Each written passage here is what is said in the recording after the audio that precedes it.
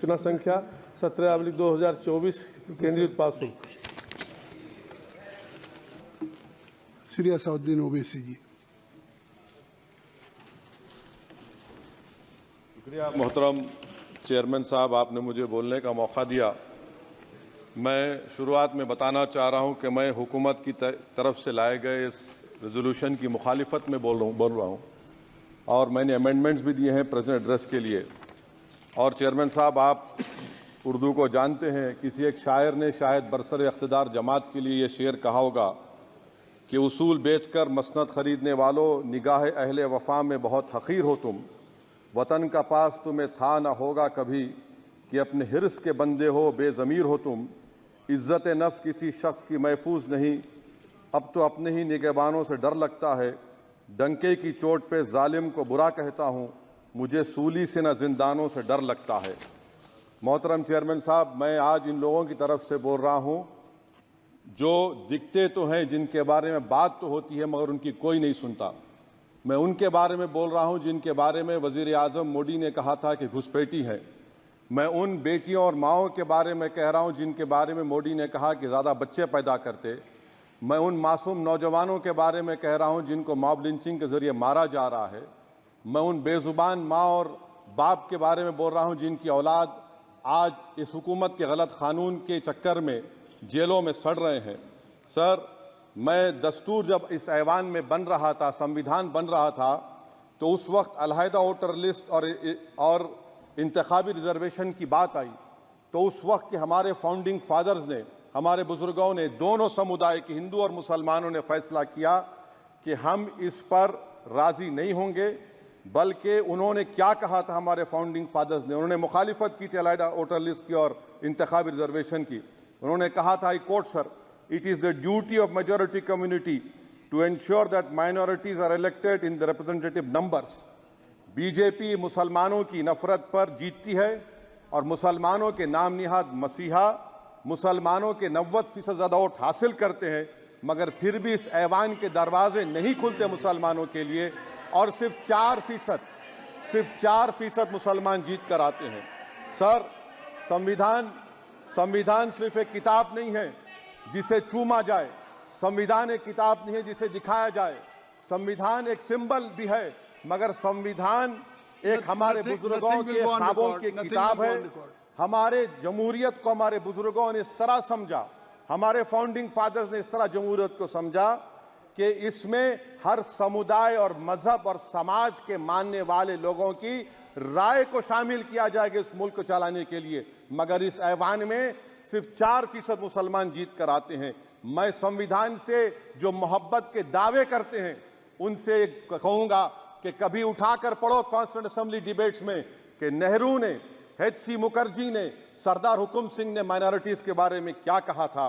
Sir, वतन अजीज का मुस्तकबिल कैसा होगा जब बीजेपी मुझे गायब करना चाहती है और दीगर हिज़्ब इख्तिलाफ की पार्टियां के लिए मेरा वजूद सिर्फ वोट डालना और अपनी खबर में जाकर सो जाना है। इसीलिए आप देखते हैं कि समाजी इंसाफ है सर कि 4% मुसलमान जीत कर आते हैं। सर, इस ऐवान में ओबीसी समाज के एमपी अब अपर कास्ट के एमपी के बराबर हो चुके हैं।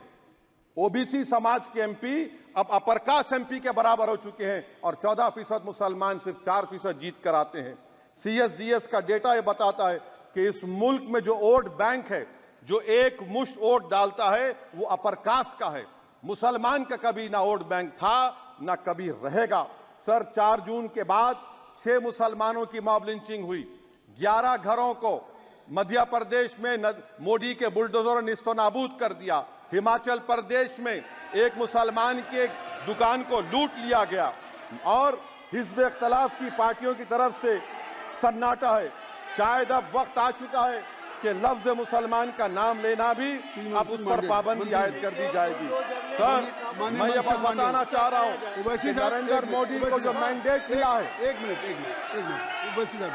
आप लोग बैठ जाएं, कृपया आप लोग बैठ जाएं। श्री मनसुख मांडविया जी, आप लोग बैठ जाएं, कृपया माननीय सदस्य बैठ जाएं। श्री मनसुख मांडविया जी, मनसुख मांडविया, कृपया आप लोग बैठ जाएं।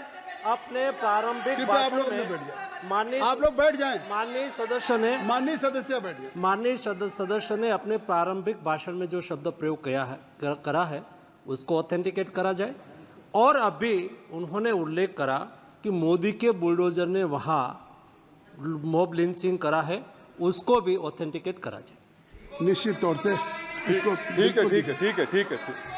ठीक है। उवैसी साहब, जब भी कोई बात नहीं सर, आप चेयर पर बैठे हैं जी, इसलिए आप मंत्री जी को पेट में दर्द हुआ, माशाल्लाह, शुक्रिया उनका। नहीं, तो सर मैं ये बोल मंत्री की रहा था, जवाबदेही है अरे ये नहीं, मंत्री इससे की बुरी बात क्या है? पेट में दर्द हो सकता है। वो दर्द, ये सब ठीक अच्छा, है। दर्द हुआ, चलिए दर्द हुआ, दिल का दर्द हुआ। तो सर, जो नरेंद्र मोदी को मैंडेट मिला है वो सिर्फ और सिर्फ मुसलमानों की नफरत पर और हिंदुत्व की वजह से मिला है। I would like to say it is not Modi's in dock, but every single person voted him despite his anti Muslim voice.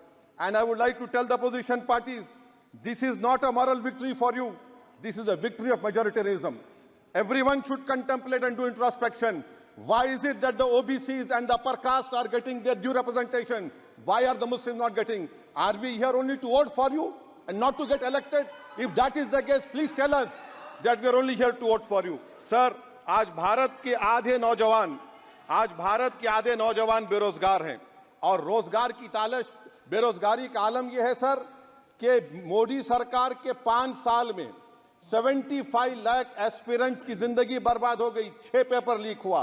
बेरोजगारी का आलम यह है सर कि रशिया जा रहे हैं, वहां जाकर अपनी जानों को दे रहे हैं। बेरोजगारी का आलम यह है कि नरेंद्र मोदी रोजगार का कैंप चलाती है नौजवानों के लिए कि तुम इजराइल में जाकर काम करो, उनको कैनन फॉडर बना रही है ताकि फलस्तीनियों की जायदादों को हड़प कर सके। ये भी कंक्लूड करें। अरे सर, मेरा टाइम है। कहाँ टाइम है सर? आप ये टाइम ले लिए मेरा। सर मैं 2 मिनट दीजिए। ये विश्वगुरु की पॉलिसी है। इजराइल को 27 टन हथियार जा रहा है।